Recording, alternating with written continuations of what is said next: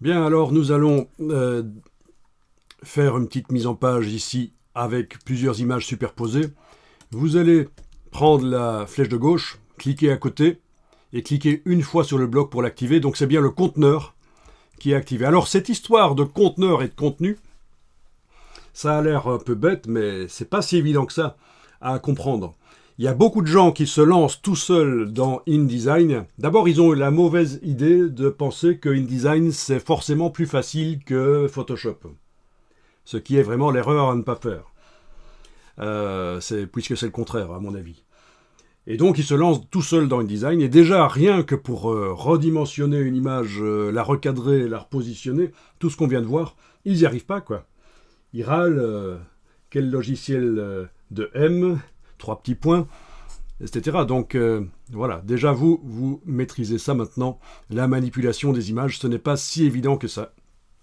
Surtout si en plus on ajoute la notion de pixel effectif. Bien, vous avez donc sélectionné le bloc avec la flèche de gauche. Avec la touche Alt, vous devriez voir que le pointeur se double. Comme dans tous les logiciels Adobe, c'est pour faire une copie. Quand on va déplacer en ayant la touche Alt enfoncée le bloc, ça va faire une copie. Allez-y, essayez. Voilà, vous pouvez lâcher la touche Alt et le bouton de la souris. Vous avez fait une copie. Du coup, dans la palette Liens, il faut remarquer qu'on a un groupe avec deux images, mais en fait c'est la même. Voilà. Donc c'est ça qui se passe quand la même image est utilisée à différents endroits dans un document. Elle apparaît sous forme de groupe. Là.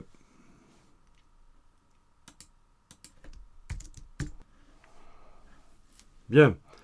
Alors, enfoncez la touche suppression sur le clavier pour supprimer cette image que vous venez de dupliquer. On pourrait faire un CTRL Z, mais c'est l'occasion de voir que vous pouvez utiliser évidemment la touche suppression pour supprimer l'élément qui est sélectionné. Ok. Vous allez recommencer la même chose, mais cette fois-ci, en plus de la touche Alt, vous allez utiliser la touche Shift. Et vous voyez que ça contraint sur les axes. Elle va donc être parfaitement alignée. Vous allez laisser un espace entre les deux images. Vous lâchez le bouton à souris, puis Alt et Shift. Alt est majuscule, donc. Et voilà. Copie parfaite de l'image en dessous.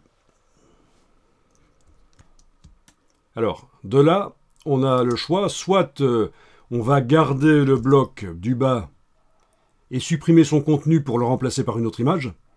Soit c'est la même image, mais vue différemment, à une échelle différente. Par exemple, il serait tout à fait possible de faire ceci, et en effet, la fonction dont on a parlé là tout à l'heure va pouvoir servir. Pour l'image là du bas qui est sélectionnée, vous pouvez aller dans Objet, Ajustement, ajuster le contenu proportionnellement. Donc ça veut dire que l'image remplit le bloc sans être étirée dans un sens ou l'autre, les proportions sont gardées. Et ça marche bien puisque le bloc a été créé quand on a importé l'image, donc il a forcément les bonnes proportions, les mêmes proportions que l'image. Bien, donc voilà le genre de choses qui peut être fait en mise en page.